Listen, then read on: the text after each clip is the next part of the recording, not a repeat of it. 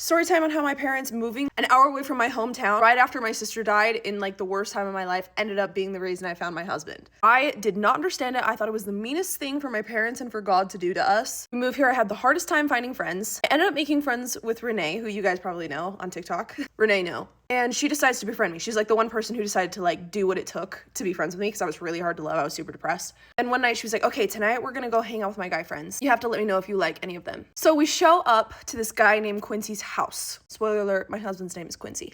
And they're cute guys. Like they're a bunch of cute guys. Quincy's really quiet. His friends were super flamboyant and like, you know, and he's gorgeous, like literally gorgeous. I see him and I remember that when I was moving, my best friend at home was like, okay, let's see if there are any cute guys in your area that you're gonna live in.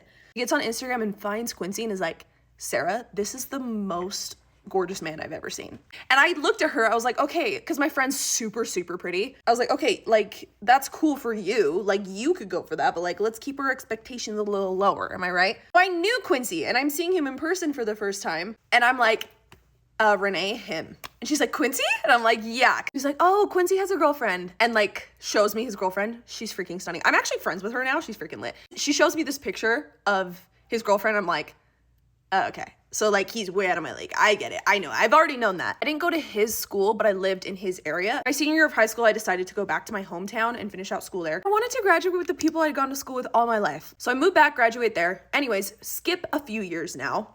After I graduated, I had super bad anxiety, like cripplingly so, like not doing anything. Randomly one day I was like, I'm gonna get on a dating app. My mom was like, for real? I get on this dating app and like the next day I check like who's liked me, like people who are interested in me. I look on there, I'm in bed, it's early in the morning.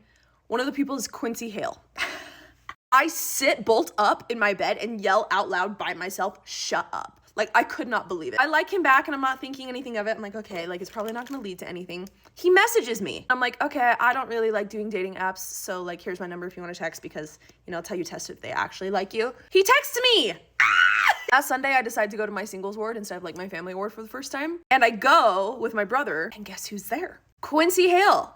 And he turns around and I'm standing there. I'm like, hi, Quincy. And he's like, Sarah, we've been texting. I'm like, yeah. He's like, I've actually been meaning to text you and ask if you want to go on a date this week. He's like, but now that you're here, I'll ask you in person. Like, what are you doing this Thursday? And I was like, nothing. He's like, sick, I'll pick you up at 7. But then this is the crux of the story. And the rest of the story will have to be another time. I still have crippling anxiety. We went on our first date and I was terrified the whole time. I liked him, but I couldn't even enjoy him. Meanwhile, cutest, sweetest boy in the world has like never been on a date with someone with so much personality and he loves it. So he keeps me for like 4 hours. It was honestly fun. I had a great time. I'm just stressed. I just have mental illness, right? As much fun as I had, I decided I can't go out with anyone ever again. And in the meantime, Quincy's like, holy freak, I need to get to know this girl. Like I need to take her on a lot more dates. And so I'm rejecting him, which he's never dealt with in his life. Let's be real. I've been talking about him like he's the prize. He is to me, but I am the prize to him. Like it worked out great the way that it worked out. My makeup's done and there's still so much more to the story. So I might need to do part 2 if you guys want it. In the end, God had a plan for me and I just needed to trust him. But holy shiz, those years where I didn't know, it was really hard. Thank you so much for getting ready with me and I hope you have an amazing day.